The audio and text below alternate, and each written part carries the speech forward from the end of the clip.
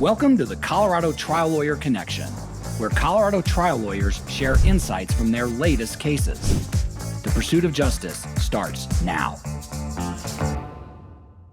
All right. Well, welcome everyone back to the Colorado Trial Lawyer Connection. And I could not be happier to have Ben Flicker and Erin Hogan here to talk about what is truly an amazing result that they obtained in Denver just a few months ago. So welcome to the show, both of you. Thank you. Yeah, excited to be here. Thank you. Well, when I read about this case and the result that you somehow obtained, I was blown away because, correct me if I'm wrong, but your client was sort of drunk as a skunk and got hit by a car as a pedestrian. Is that right? That's right. Yeah, point two blood alcohol content. Yeah.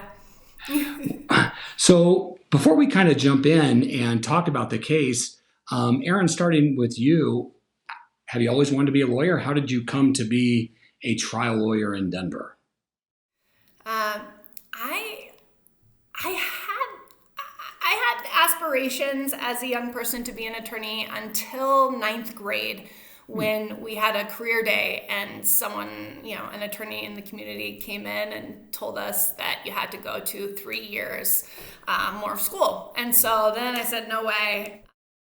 And then it wasn't until after undergrad, I'd been out for two or 4 years, I can't remember, dead-end jobs, and had a friend who was taking the LSAT, and I learned there was no math on it. And so I said, all right, I'll try this.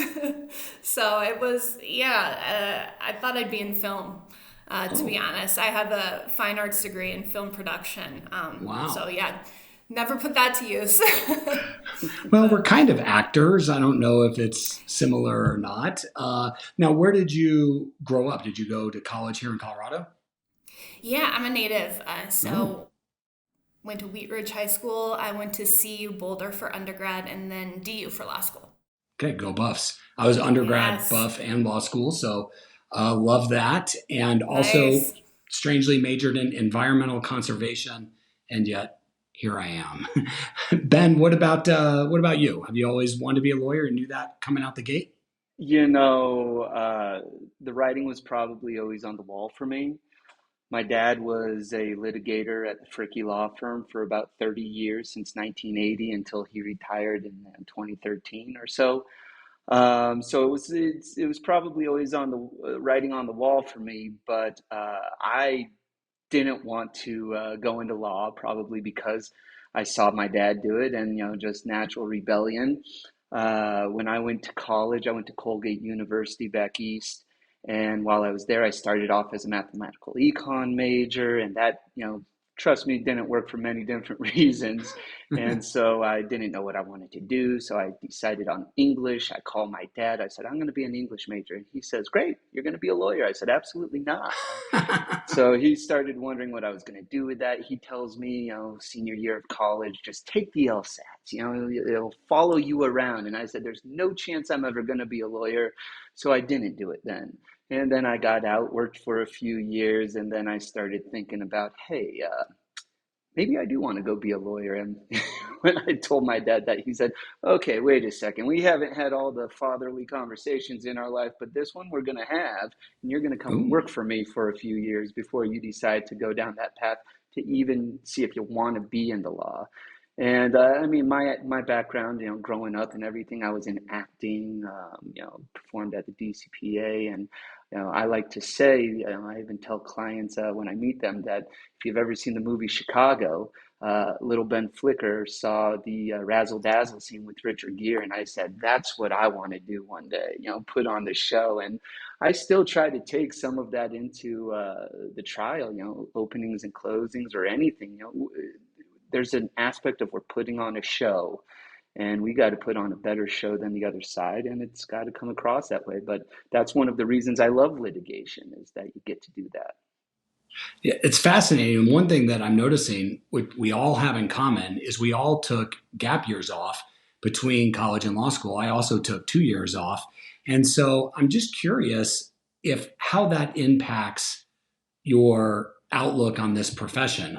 Erin, I don't know if you think if there's any difference between people that come right out of college and go straight into law school versus sort of having that real world, boots on the ground, grind it out type experience.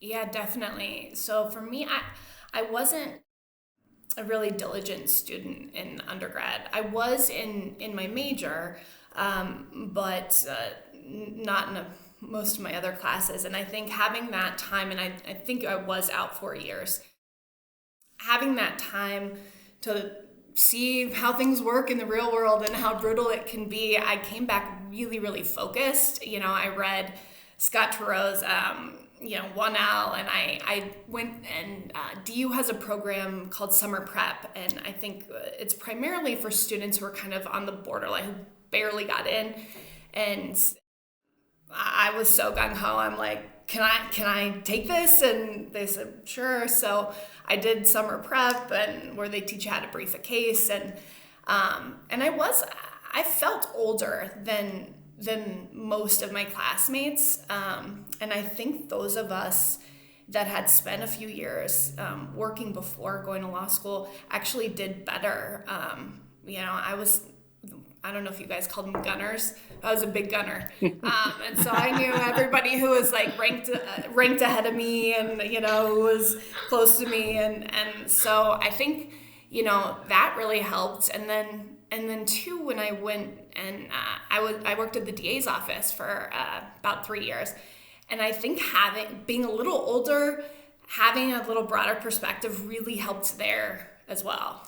Yeah, I worked at the DA's office as well, 4.5 years. Yeah. Ben, were you a gunner? What was I your was gonna experience like? say, I was gonna say, I very much was not a gunner. I was similar to Erin in undergrad. I had a lot of fun and did well, but I also felt towards the end of my college experience that I wasn't going to be going to grad school. I wasn't going to be going to law school. So I wanted to graduate with a certain number. I think it was a 3.0 or something, but with even from the school I came from with the 3.0, no matter how well I did on my LSATs, I knew I was kind of coming in on the back end to get into some of these schools. And I did get into DU, but when I got in there, it was, I don't know, apparent to me that there were much smarter people in the Named class than Aaron? I was. Much smarter people Yeah, named much, Aaron? much smarter than me. No And way. quite I was the frankly, nerd yeah, who outworked everybody. I think. well, I'll be honest, even now, I can't tell you how much I've taken from the CTLA listserv, just, the giants like you or other guys like Cheney or whoever else who put stuff out on the listserv, and I can use it and try to make it my own. But I'm not the brilliant mind like Erin is, who puts all of this together and stacks it all up. I can maybe go take a few cuts and really swing for the fences. But I was not a gunner in the slightest. But I will say that taking a few years off, and being in that grind. I mean, my first job out of college, I was working at CBS 4 News as a Hmm. writer production assistant. And my hours were, 2 a.m. to, 10 a.m. Tuesday through Saturday or Tuesday through Sunday. And, all hours doing all kinds of crazy things. And it really was a grind. And you start seeing what it takes. And so then when I went back to law school, I had more appreciation for Hmm. sitting in the class and learning and developing and really thinking more than, uh, like Erin, I loved my major of English and I loved history classes, but I could care less about almost everything else that I took in undergrad. And, I had a couple friends who had the mentality of D for diploma. And, I kind of joined along in a couple of those classes. I mean, when I studied abroad, everything was pass fail because I was like, I'm here for the experience. But taking the time off, working, getting back into law school, I actually did notice that the students who did that appreciated it and more often than not did better.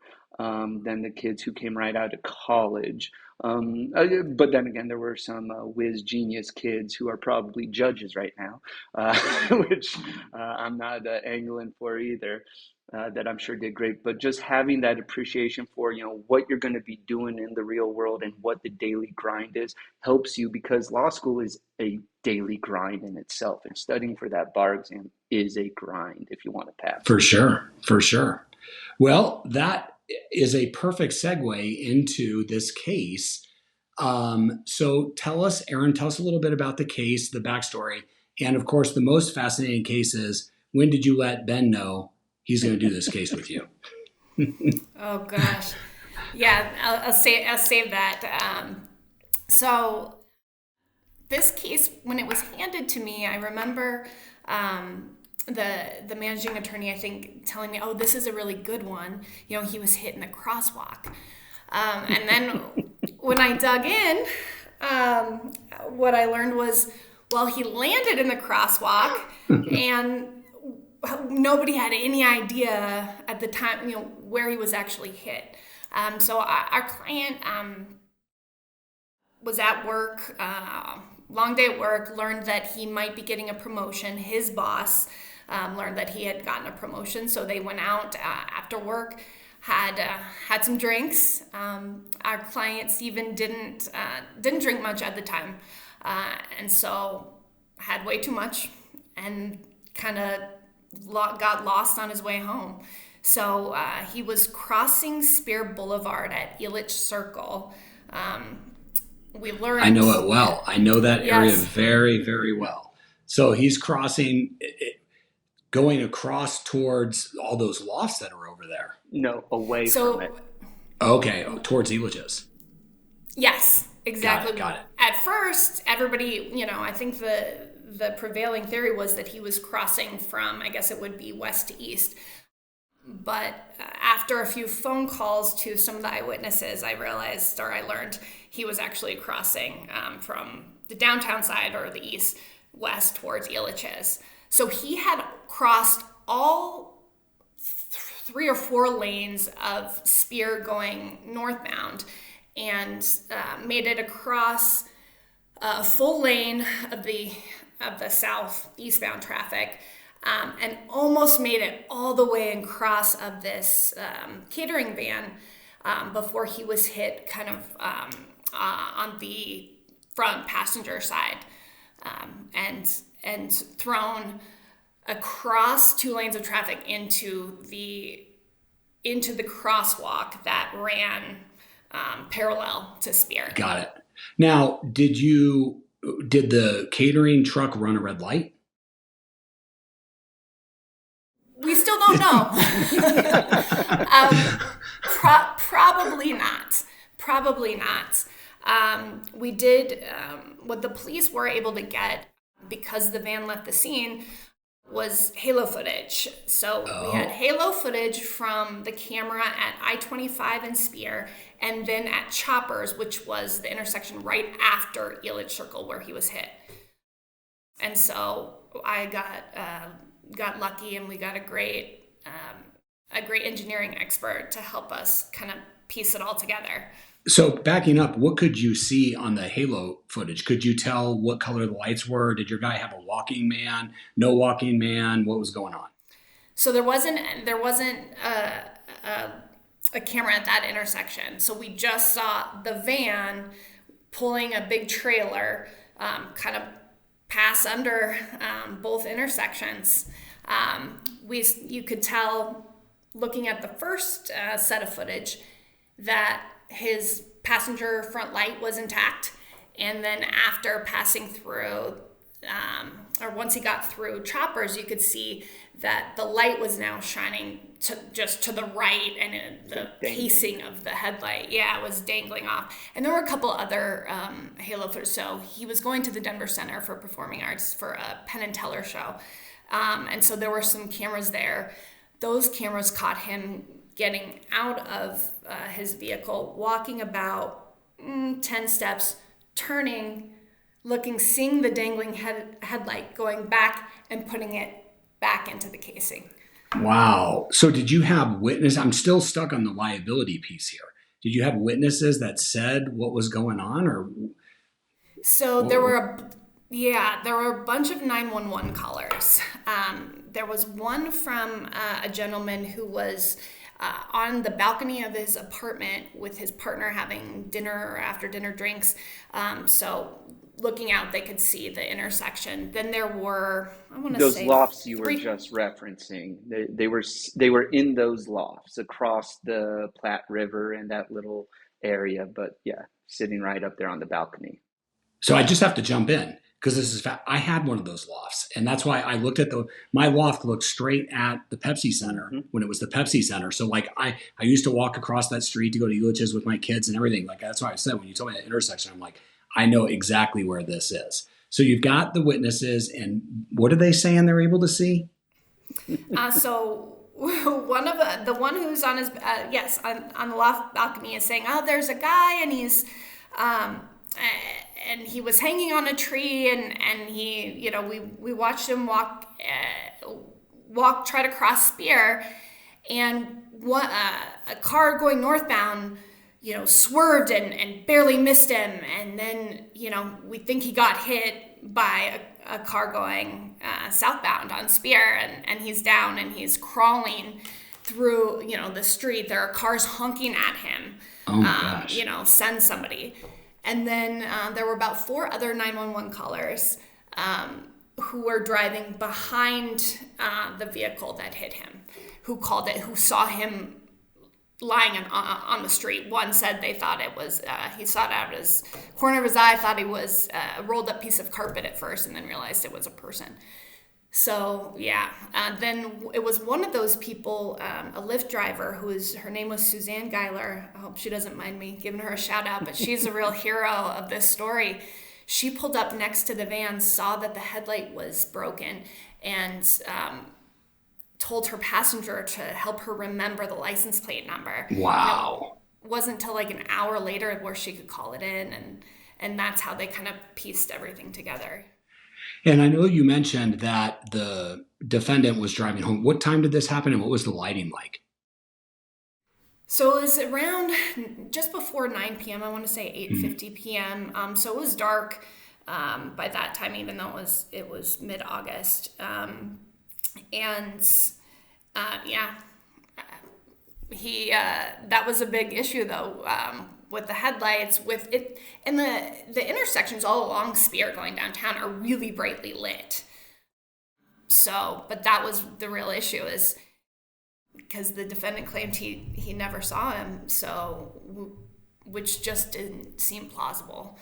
To So yeah, us, fast forward, the license plate number gets called in. The police go talk to this guy. What's his story? He didn't see a thing, and at the time they were only the officer that went out to interview him or investigate didn't know that he was a suspect, so he just knew that his van was in the vicinity around the time that this happened, and so he said, did you see anything? I guess I think his verbatim he said. I guess a guy got smoked in the intersection, and My gosh. and he was like, "No, I didn't see anything." And he was going to the Penn and Teller show to load up the catering truck and bring all the equipment back. So they caught him after he had unloaded everything back at his employer's business, which was in Edgewater. I got to back up. Who said a guy got smoked? The police officer or the defendant? The Police police officer. officer. Okay. It took me a second to put those two Sorry. together. Yeah. Sorry.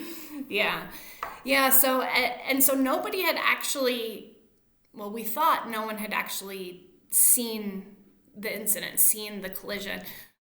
But I discovered that there was an eyewitness, and it was the partner of the gentleman who had called 911 from his balcony.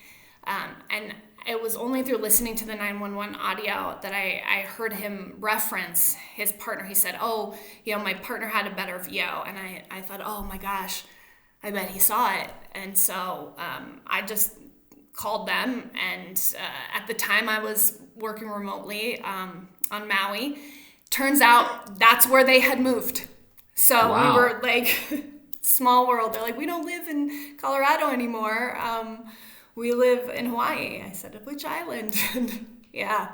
So a lot of weird things happen in this case, and now might be a good time to tell, for Ben's part of the story, the craziest piece, which was Ben was told that he was going to second chair this trial this Saturday before the Monday that the trial started. So about a day and a half before. That's one way to reduce your pretrial anxiety. It was somewhat freeing, and it was funny because I really didn't know a whole bunch other than what Erin had been telling me of, oh, this deposition was terrible, or this is killing us in this case, or whatever. And I was like, oh, I'm sure everything will work out. Don't worry about a thing. And so then I get pulled in, and I'm sitting there on Sunday with Erin and Steven, the plaintiff, our client. And I just sit down. I'm like, so tell me about what happened. And he starts telling me, and I'm looking over at Erin. I'm like, how are we going to win this case? Guys stumbling around on a Friday, all in black, again, your question of did he run a red light? All the evidence pointed to the fact that our client was walking against the walk signal and against the traffic, but we kind of used it a little bit to our advantage of when he was going in the northbound lanes, because they wanted to say, how could anybody see this guy at that time of night? It was impossible. There's no chance we could have seen him. And that was part of what our expert was talking about, saying no, there's plenty of light to have been able to react in time and to see this guy. And actually, I remember Susan Gellers testified. She was the Uber driver who she was asked, well, if he was standing up in the middle of that intersection, would you have been able to see him? And she said, oh, absolutely. It's a very Wait, she was asked that on cross or in her deposition? No, direct examination. Oh, okay. Erin put it out there. Wow, talk about walking into a punch. Oh, no, it was just, could you have seen him? And she's like, absolutely, I would have seen him. It's a very bright intersection. And she also was mentioning, she's like, at this time of night, this time of day, you have to be super vigilant, constantly looking at the road in front of you, because there are drunk people walking all over the place on a Friday night at this time. So you have to be so careful. And we're like, oh, this is terrific for us. But we also mentioned the fact of when he kind of just stepped out into traffic going northbound, cars swerved around him. Why? Because they saw him. They were paying attention to him. There was this one driver who just obviously wasn't paying attention and didn't see Steven walking around the middle of that intersection. And he gets hit. And that was also one of the parts of, I believe, it was either part of the 911 call or the deposition testimony that got played for trial from the witness. Oh, by the way, the not being able to see him, our witness was across Spear, across the Platte River, up on the balcony, and he had been shot in one of his eyes with an arrow. And even this guy said he was able to see Steven walking around that intersection, at night in the dark and everything. But that guy was given testimony, and I think this might have been crucial testimony, that when they basically hear the thud, and they're like, oh, because they saw Steven walking down the street, and they heard him yelling and acting drunk, and they're like, oh, who's this character? And then they see him step out into Spear, and they're like, oh my God, he's going to get hit by a car, and then he makes it to the median, and they thought he had, was going to kind of make it safe. They turn away for a second, and then they heard from that far distance the huge thud, and then they look up, and what they testified to was they look up and they saw the van slow down and then keep going. And so it was that aspect that I think the jury hung their hat on, that this guy was fleeing the scene of something he knew.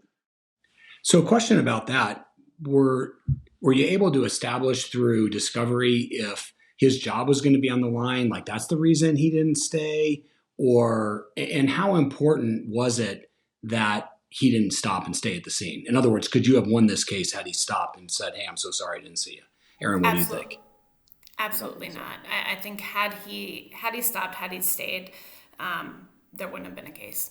I think the biggest factor in the win, in my opinion, is that the defendant at no point showed any remorse, and it just wasn't believable that he, maybe he didn't see him, but, we were able to get out, well, okay, you didn't see him before you hit him, but this is a 130-pound body that, is flying, you hit and it's flying through the air and you don't feel the impact. You don't hear it. The people, hundreds of feet away hear it. And so he called it he said maybe it was a glancing blow. He just tried to minimize and just, even when asked, in hindsight, would you have done anything different? No, wouldn't have done anything different. And I just think the jury was just like, no Let way. me jump in real quick. Erin, it was one of these things where the defendant's direct examination was obviously prepared, tight, scripted, everything that you'd expect. Erin gets up on cross-examination, and it might have been just like the third question or fourth question she asked of, and you've been driving this van since 1992 or 1993, right? And all of a sudden, he's like, he got aggressive and defensive. He's like, I never said that. I didn't do this. And so she just very calmly impeaches him, like, let's open up the deposition transcript. I asked you this exact question, and did you? That's taken out of context. And he got so defensive and angry that he then carried that anger through the rest of his cross-examination, where it was so clear that this guy didn't care that he had hit our client. And there was just an aloofness to him of, you know what, I got to be here probably for insurance purposes, but I could care less, was his whole demeanor. And I think and Stephen, our client, he is a likable guy, a sweetheart of a person, a very soft-spoken type of a person, and the juxtaposition, and Erin was able to bring that out in just a very simple impeachment on a simple question. So, just asking these simple questions where you have an easy answer to see if the defendant will, all of a sudden put up walls, it's helpful. Yeah. So tell us a little bit about your client's injuries and the verdict, because and the amount of comparative negligence, if any. Erin, you want to take this? Tell us about the injuries first. Yeah, I'll go through the injuries. Maybe I'll let Ben talk about our approach to that. It was he was hospitalized, I want to say, for at least 7 days. So he took most of the impact on his right side. So he broke his femur. It was a comminuted fracture, meaning it was broken in several places. There were pieces of bone fragment you could see in the X-rays. So broke his femur right at the hip. He broke 6 ribs. 1 or 2 of his ribs then punctured his chest cavity, his lung, and then collapsed his lung. And then he had, I think, fairly minor liver contusion. But yeah, he was in rough shape. And when you break your femur, you've got to have a metal rod shoved into your leg and screws, and you when they do traction too for it, they've got to put a pin across the bottom of your knee and then hang a weight off of your leg. And so it was yeah, his injuries were pretty extensive. And how old was your client? 27. Wow. Yeah. Okay. And then what did you do? Let's talk a little bit about strategy, because I know, spoiler alert, that you ended up with a pretty amazing impairment award on this case, right? Yeah, $1.1 million. So, one more time. So, what was that again? I'm sorry. $1.1 million. At least for 55% of that. Okay. So, what was your strategy? Because seems to be the elusive unicorn we're all hunting for. What was your strategy with how to get the jurors to put the money in the impairment bucket versus pain and suffering bucket? And did you get an impairment instruction? So I guess along these lines, there was no, I don't remember any impairment instruction. In terms of arguing it, the way we went about it was Dr. Sonstein was the IME, plaintiff's IME for us, and he gave us an 11% impairment rating. Okay. And their doctor, they got their own Rule 35, and it was Dr. Lesnak, and he gave Okay. a 0% impairment rating. And so on direct, I basically, for Dr. Sonstein, I let him be the expert. I let him be, as good as he can be. And that's kind of my approach usually with our own experts that we hire. I mean, look, just like they have defense experts who are trained and have done this a lot. If you get a good one on our side, such as Dr. Sonstein, he's done these things before. He knows what needs to be said, how it needs to be said, and I kind of just let him run with things. Now, there were a couple of Mm-hmm. times when he's a very slow talking guy, and I was sitting there thinking, oh boy, jury's going to fall asleep on this one, and I better prompt them to the next thing to talk about. But he was very, very good. And except there was one moment when Joan asked a question about, well, the straight leg raise doesn't have anything to do with the femur. And, when you think about the leg raise and lifting up the leg, absolutely has to deal with your femur and the leg. And he did one of these where he did like a double take, and he just looked over and goes, huh? What are you talking about? And I think she lost a lot of credibility with the way she cross-examined our experts. But then with Dr. Lesnak, I basically just did a nice tight 20, maybe 25 minutes where I just attacked his credibility. I just Okay. attacked, I was saying stuff like, you testified that over 90% of this work is done for the defense. Oh, yes. And, the defense keeps hiring you because you do a really good job, don't you? Well, I would like to think so.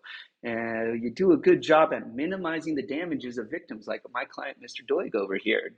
Objection, argumentative.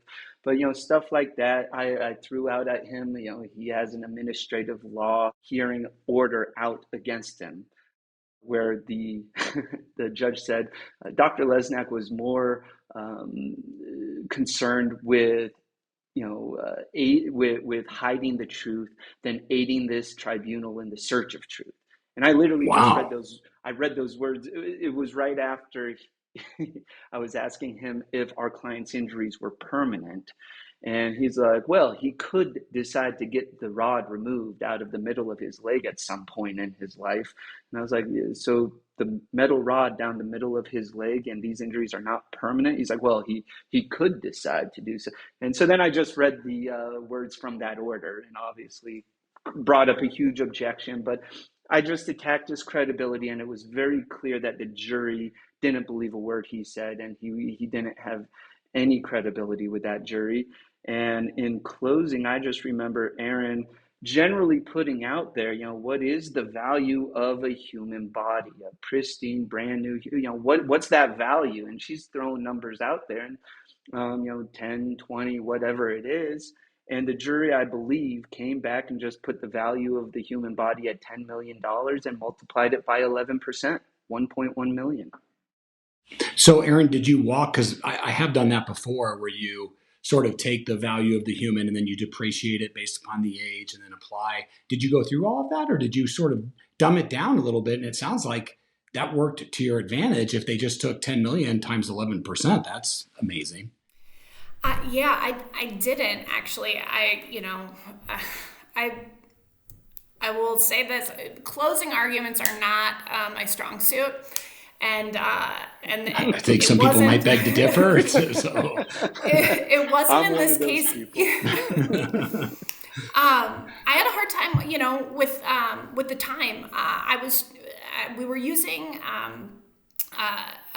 trial consultants to help with AV. Stephen Padway, he was Yes. amazing, Yes. and I credit whatever success the closing had to do with our verdict to him putting up visuals behind me as I went way off script or way off our outline, and he kind of kept things going behind me.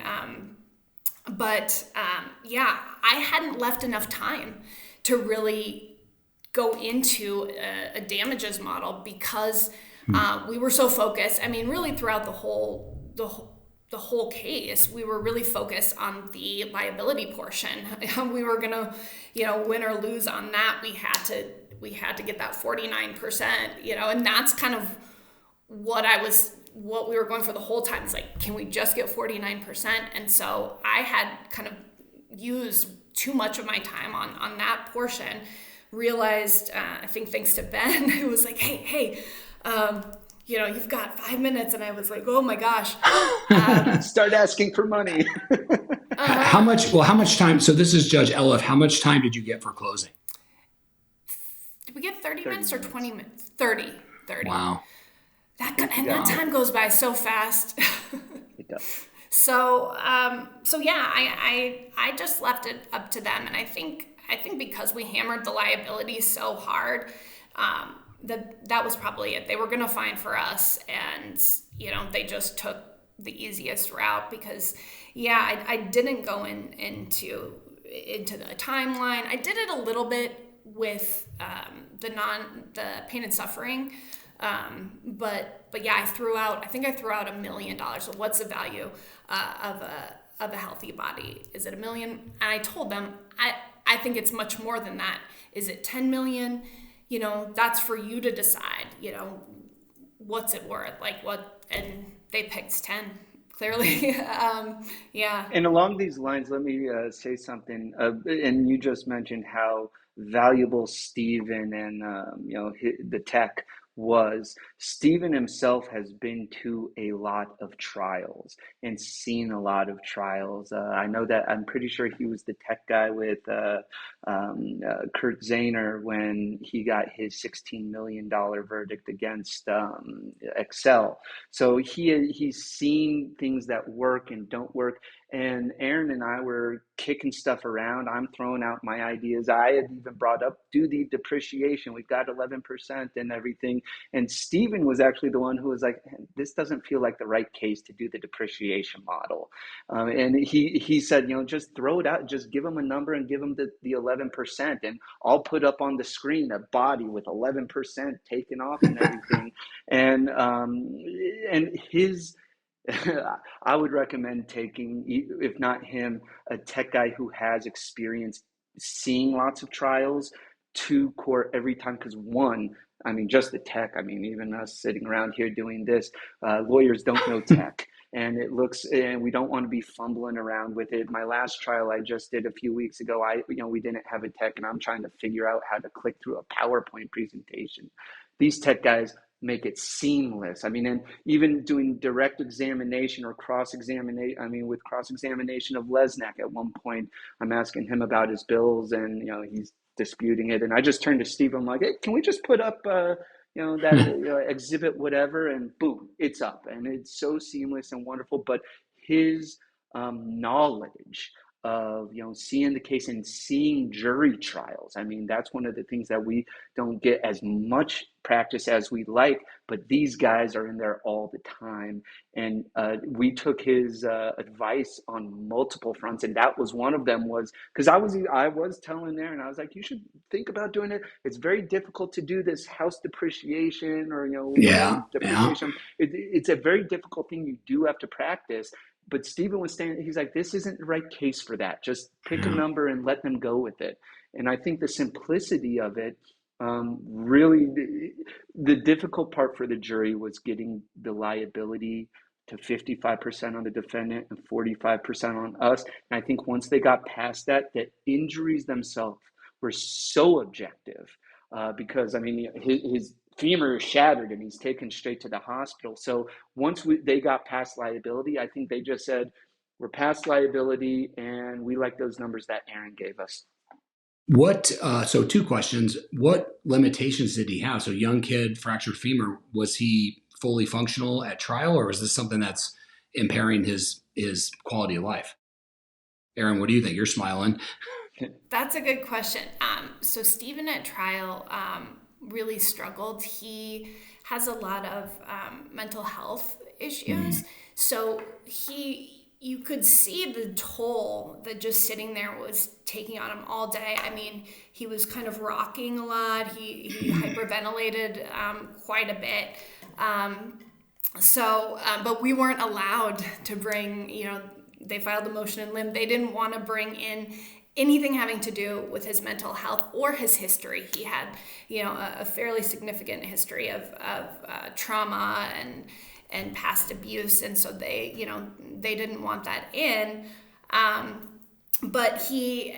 So what we leaned on, Stephen was a runner.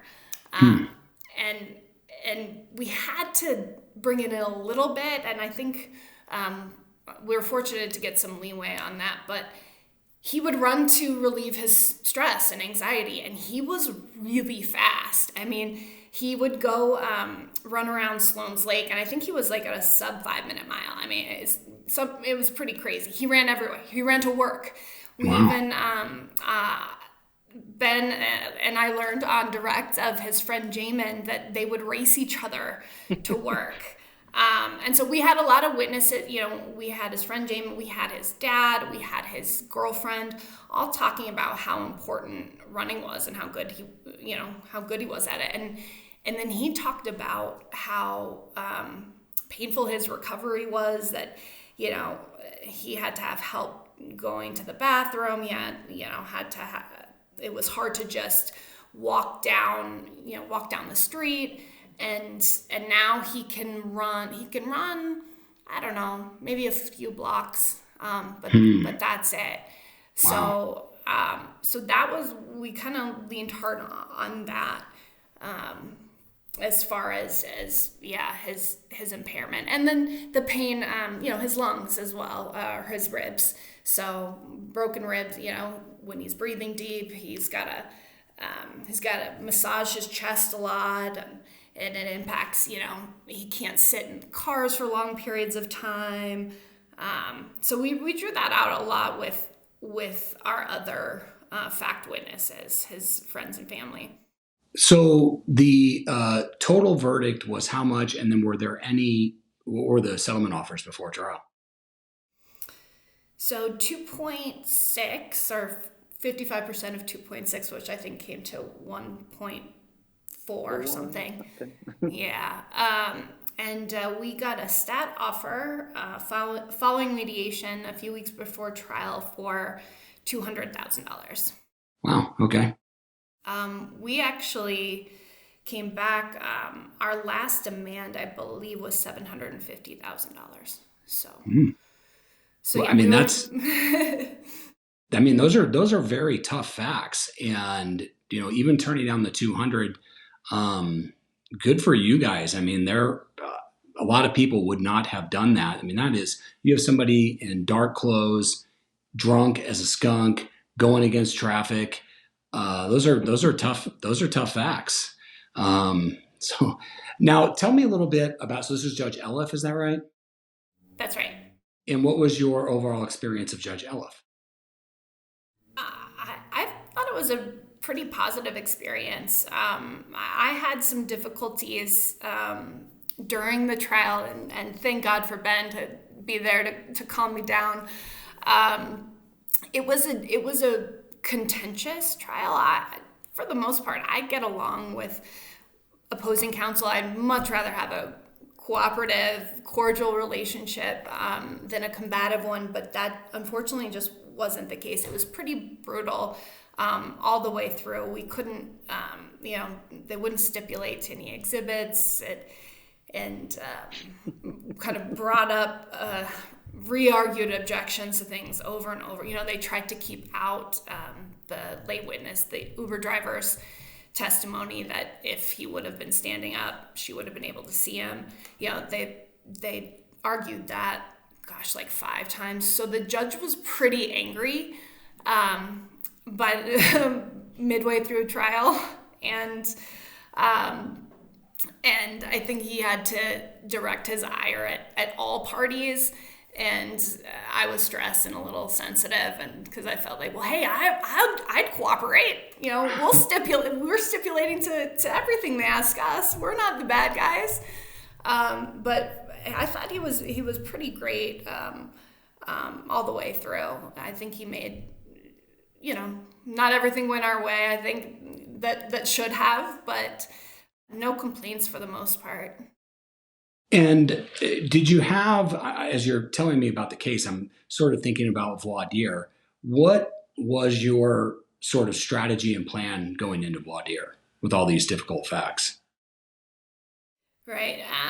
To really hammer that comparative fault issue. So, and we posed it as, gosh, I'm trying to think about the analogy I eventually got in. The analogy that you used was, if someone is walking through a construction zone or walking up to a construction zone and they don't see the signs that say construction zone, don't walk here, but they start to walk through the construction zone anyways. And then as they're walking, one of the construction workers, through his own negligence, drops a beam and it falls on the person's head.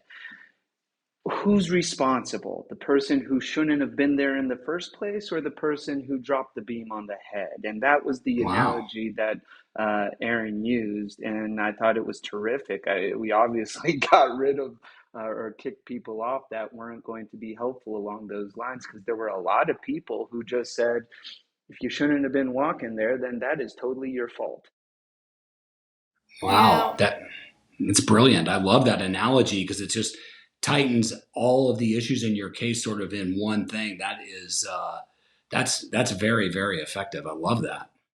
And we used, I said on a scale of 1 to 10, where would you place yourself? 1 being, I would absolutely sue. 10 being, I would never sue.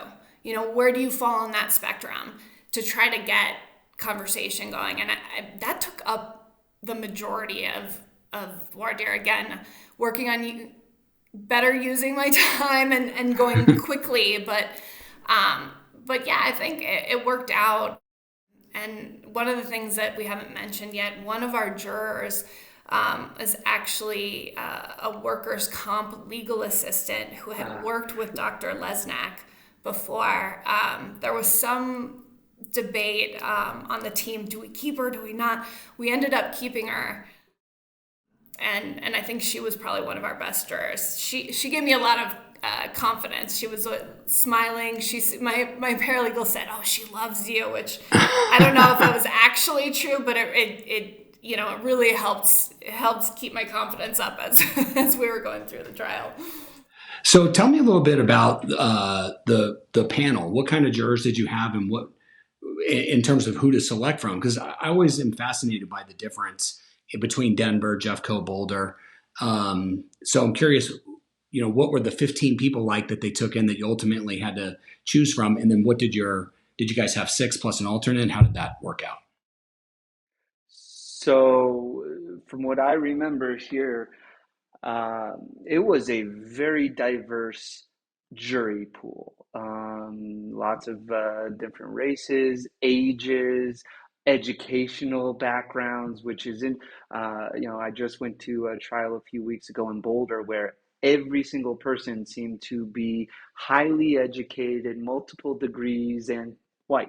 That was pretty much everybody in the pool, everybody in the courtroom. But in this one, it was very diverse. And even who was left on our jury, I remember we had a young black man who was sitting right between the woman that Erin's talking about and an older gentleman who had, it was interestingly enough that he was the very last person to be brought into the jury panel based off of, there were quite a few challenges for cause that I thought Elif did an excellent job of being very even-handed with that.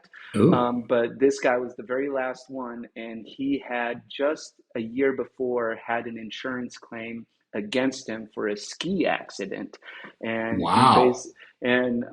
it was one of these where I guess he's like, I might have run into somebody, and he wanted my insurance. I got called by my insurance. I got called by a plaintiff's attorney, and nothing ever really happened from it.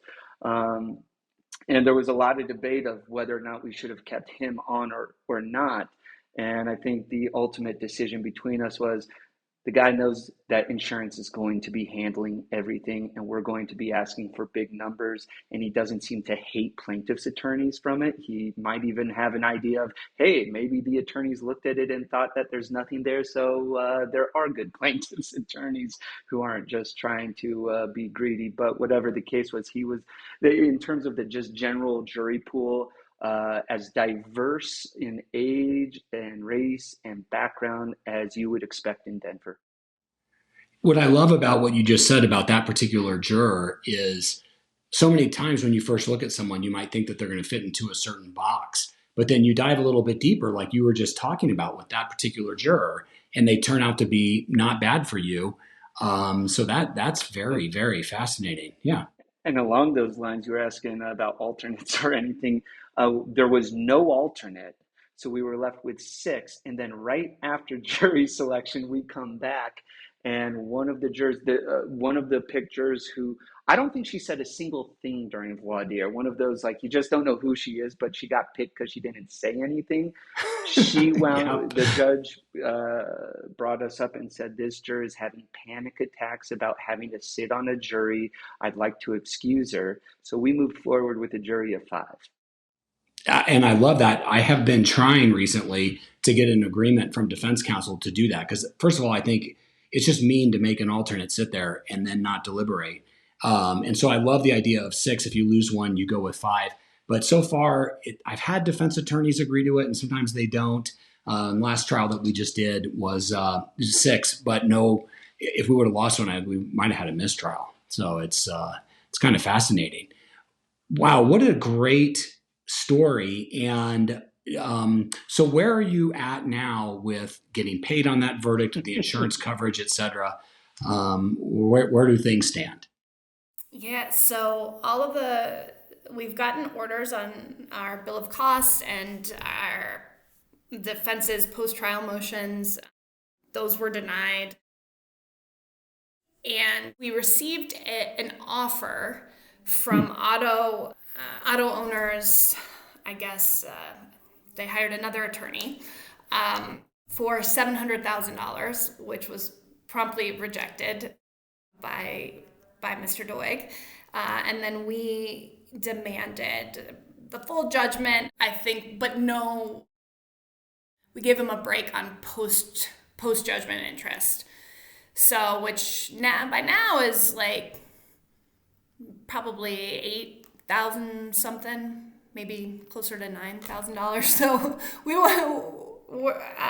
Stephen does not want to settle. It doesn't want to compromise, the claim. This was he's still got a lot of anger and a lot of, and rightly so. I mean, he had to watch the defendant at his criminal trial cry and plead and get a really lenient sentence, and then come to the civil trial, our trial, and then act like he didn't care at all. And so that was pretty brutal. So he's not really interested at this point in settling and is willing to go the distance if they appeal. And it's looking like that could be a possibility. I don't see any viable viable issues for appeal. I mean, that was the great thing about Judge Elif, right? Sure. Yeah. He was very even-handed. They got a lot of good rulings in their favor, and so I think it'll be a tough road for them. Fingers crossed that they just agree to cut a check, but I don't know. What was how much was the policy? Was it $1 million? It was $1 million policy. Yeah. Okay. Fascinating. And did you get to talk to the jurors afterwards? We did not. I wish that we would have had the opportunity, but they hightailed it out of there. It was Friday afternoon, but in most juries, I've done about 60 jury trials, and I try to talk to all of them. I've never seen a jury leave so quickly. So we didn't really know what to make of that. I keep trying to spot the foreman actually lived in the same apartments where the witnesses saw. So where you used to live, over off Little Raven or close to there. So my partner lives over there. So when we're out walking the dog, I try to look for this juror to see maybe I can spot him and ask him a question or two. But no, they just bailed. Wow. Right out the door, the judge said, if you'd like to stick around or if you want to wait in the back with the jury in the jury room, they had all brought all of their stuff out to the jury box. And the second they didn't go back to the jury room or anything, they all went straight out that door and scattered. There was no chance to speak with a single one. I wish they would have, because some of the stuff we're talking about with, what worked in closing, obviously a lot worked in closing, and Erin did a phenomenal job because they awarded exactly what Erin asked. Wow. So obviously she did a phenomenal job in it, but it would have been nice to hear. Ben's being nice. Why'd you ask? Why'd you award exactly, or how'd you decide these numbers? And it very well could have just in the end been they spent so much time beating each other up on liability that when they got to damages, they just said, we agree with what Erin said the damages are. Wow.